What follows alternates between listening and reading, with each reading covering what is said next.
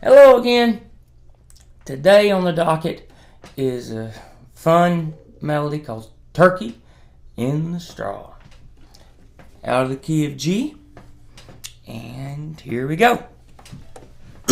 I'll play it and then break it down note by note. Here we go.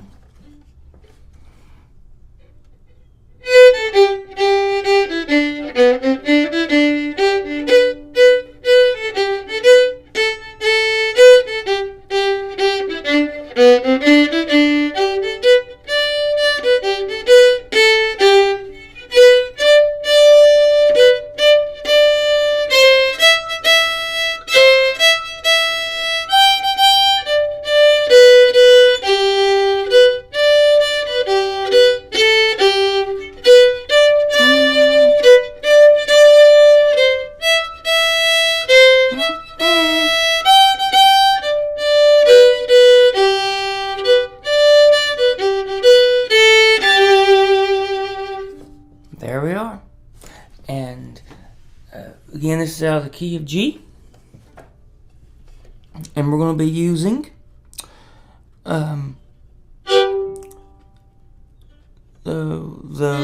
this scale.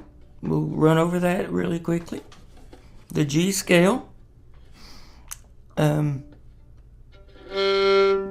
G. A. B.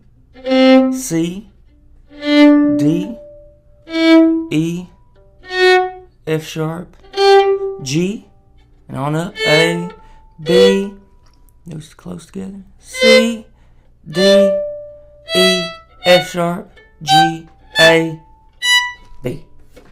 We ain't going to be using all those notes, but they're there if we need them. If you haven't seen the other videos where we talked about the G scale, we got into lots of depth about the G scale a few videos back. So just click on those and you might hear more than you want to hear about the G scale. But here we go with Turkey in the Straw. It starts on the third, on the 3 note, or in this case, in G, if we count up, G is 1, A is 2, B is 3, C is 4, D is 5, E is 6, F sharp 7, and G is brings us back to our 1 or 8. So it starts on the 3, B, B, A, G, and 2 notes on the G. Da, da, da, da. And then it's down the G scale. You just skip the F sharp.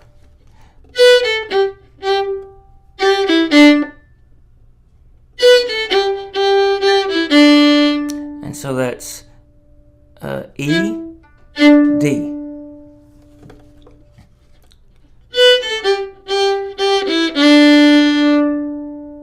Then you play a B, C, D.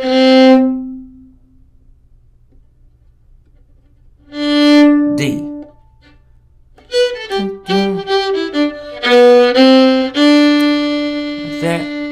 And then an E to a D.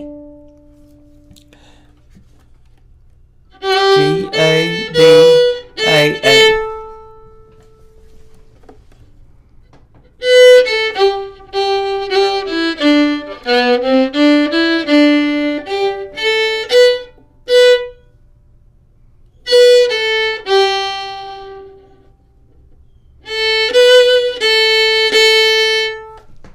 Okay?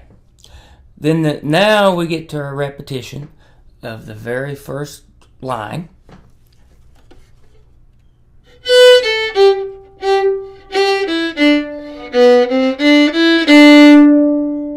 And now here's a little difference.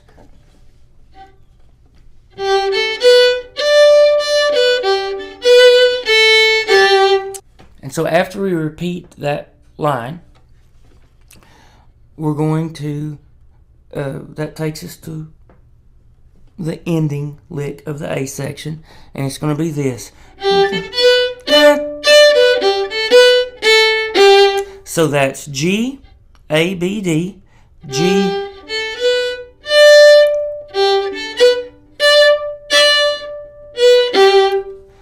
and that's running an arpeggio of G. If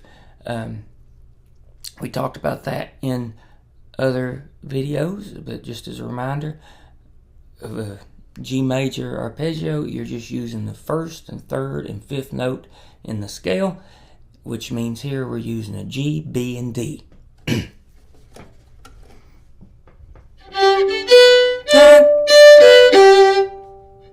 And then A, B, A, G. So that's the first part. And then the B section goes like this. So first we're going to just go from the B note to the note that's a third above it in the G scale, meaning you count up B, C, D.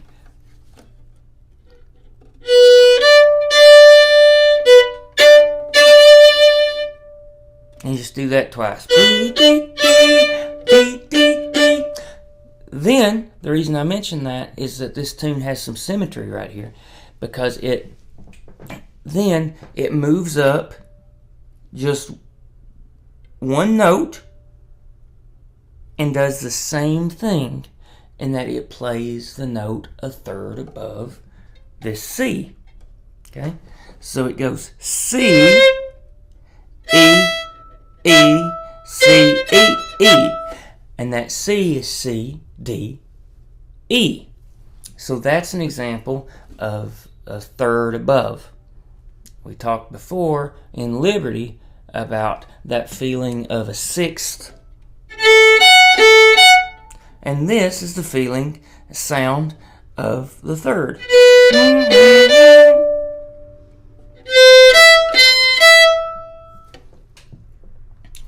And then we come down the arpeggio.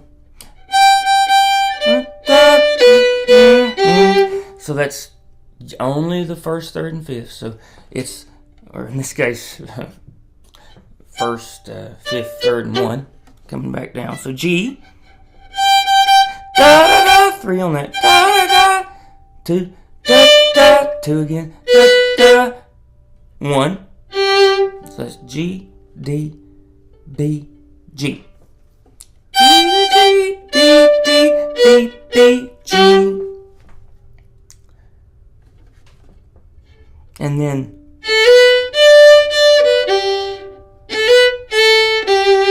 now what does that sound like? That sounds a whole lot like the ending. In fact, I think exactly of the A section. So it's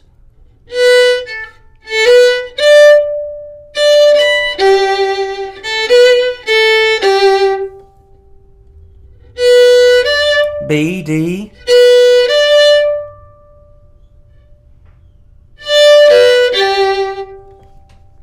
B, D, D, B, G, A, B, A, G. So that's Turkey in the Straw, boiled down to its essential elements that will make it sound authentic and very clearly the tune, and a good foundation, I think, as I've said before. Things to take from this are the B section third interval that we've already talked about is this is a great introduction to that because it's such a strong part of the melody, and you can play the third interval all starting here on the open G, then just count up to your third note above in the scale. So always count the first note you play as 1. So G is 1, A is 2, and then B would be 3. So that's GB. So the B note is a third above G. Then you can move up to the next note in your scale, A, and start on that one and just keep counting up, but play the same notes out of the G scale. So start on A, it'd be the first, B would be the second, and C would be the third. So from A to C natural is a third, interval of a third. Here. The B to D would be the third. C, D would be the third in the G scale from the B. So the B would and D would be a third away. Now, there's something called a minor third and a major third. And if you watch the original videos on where I was talking about intervals and counting and what scales mean, from like the whole step, half step, whole step, half step. If that's foreign to you, you can either skip this completely and just learn some tunes, or if you're curious, there's we talked about this in previous videos, and there's a set of practical theory videos as well that you can refer to. But just in case you're curious, I'll just tell you what it is, what the difference is. The major third has 2 whole steps between the lower note and the top note. And by that I mean, for instance, G,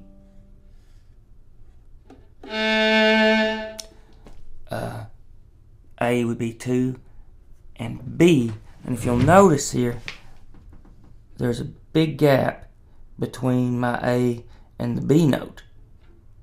Now, it's not touching, so that would be a half step. This is a whole step. And so the A I put down here. I don't put it down here.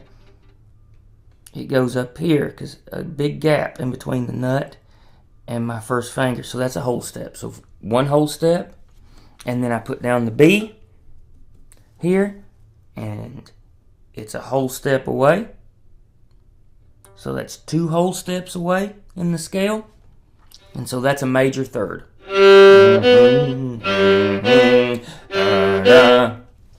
Now, if you just stick with the G scale, though, and if you just stick with the G scale and play only those notes, when you start on A, what happens? If you count up 3 notes, so A is 1, B is 2, C is 3. And look at that pattern. A to B is a whole step, but B to C is a half step.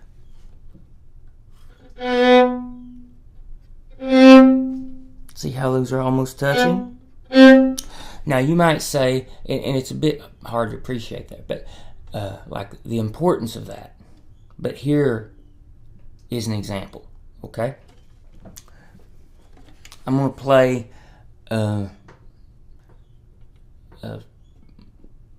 A scale, since that's what we're talking about. I'm going to play A starting with the C and just the scale down, okay? I'm going to play the CBA, C natural. Here we go.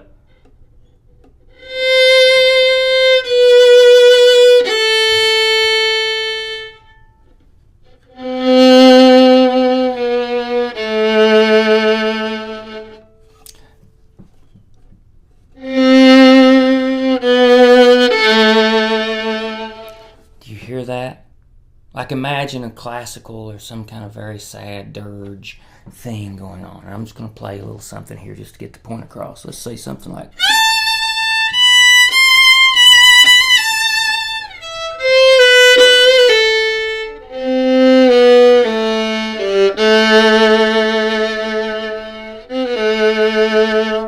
Do you hear that minor sound? That's very different than this, right? You can go...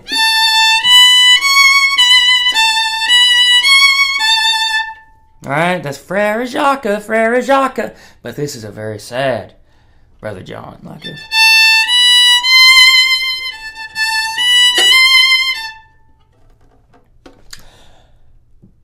So, that's a minor third versus a major third. And you'll find that both of those intervals are in that G scale. When you go from one note and then count up 3, you'll find some are majors, major third away, and some are minors. Now, and then it's going to be the same based on the numbers every time. So for instance, your first when you start on the G and count up to the B. So anytime you start on the first or the tonic or the dominant or the key you're in, the note, like if you're out of the key of G, G. If you start on G and you count up 2 notes in the G scale, G major scale, that's going to be a major third. If you start on the second note in the scale, A in this case, like we've talked about, and just play the next, play those 3 notes up, the third you're going to land on is going to be a minor third. Same thing if you start on the third note.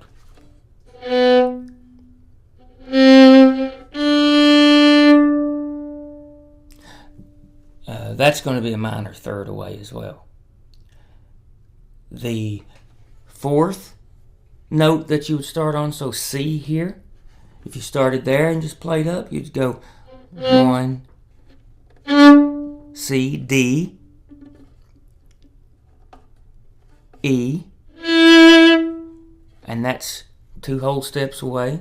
So C, whole step to D, whole step to E, and that is a that's a major third. You can try this all the way up and till you get back to G and figure out if it's going to be a minor third or a major third for D, E, F sharp, and G. And then and I think that's plenty. You'll just and the reason I bring this up is that one of the good things that you can start doing is ear training.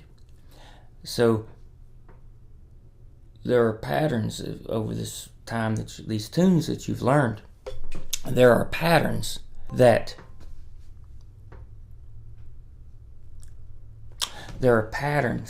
appear from tune to tune to tune. And when your ear can be trained to hear those patterns, like Mary had a little lamb. You don't have to have perfect, I don't have perfect pitch, obviously, but you can hear those intervals. Like you hear Mary had, that's always going to be the third note in the scale to the second to the first. Or if you hear dun dun dum dum dum dum, that's always going to be 1 to 3 to 5. And that helps whenever you're trying to learn things by ear and when you're trying to improvise, because it helps you internalize these things. So at some point, whenever you're thinking, oh, I'd like to just, I don't know, I'd like to play this here.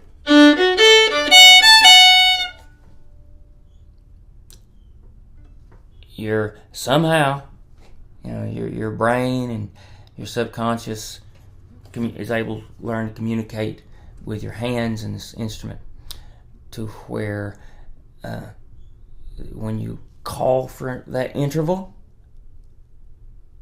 you can reproduce it.